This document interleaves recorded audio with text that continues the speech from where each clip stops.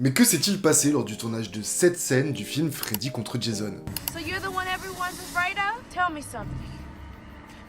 What kind of runs around in a Christmas sweater?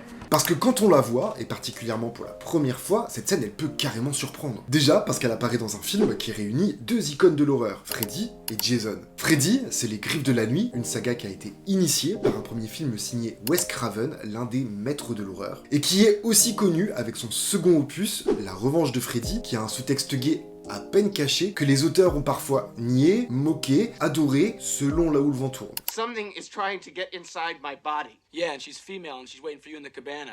And you want to sleep with me. Mais La Revanche de Freddy, c'est aussi et surtout Mark Patton, acteur gay et personnage principal du film, qui malheureusement n'a pas eu une vie très facile après la sortie et l'échec du film, mais qui a toujours été soutenu par la communauté gay pour qui Freddy 2 est devenu vraiment une œuvre importante. This movie is the gayest thing, and we did Xanadu last month.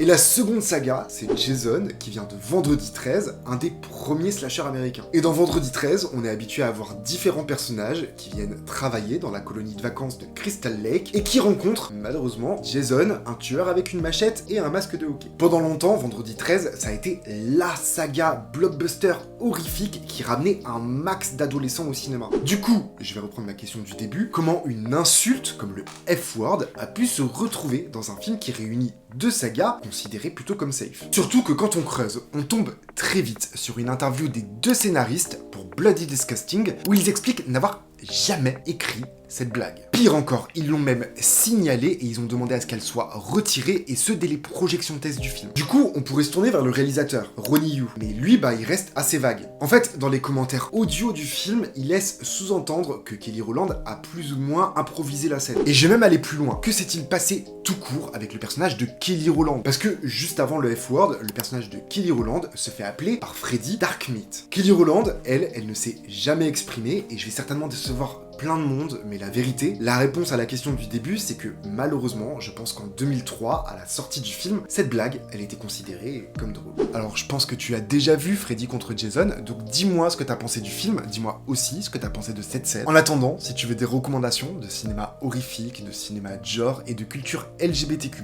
eh bien rendez-vous sur mon compte Very Nasty Stories. À très vite.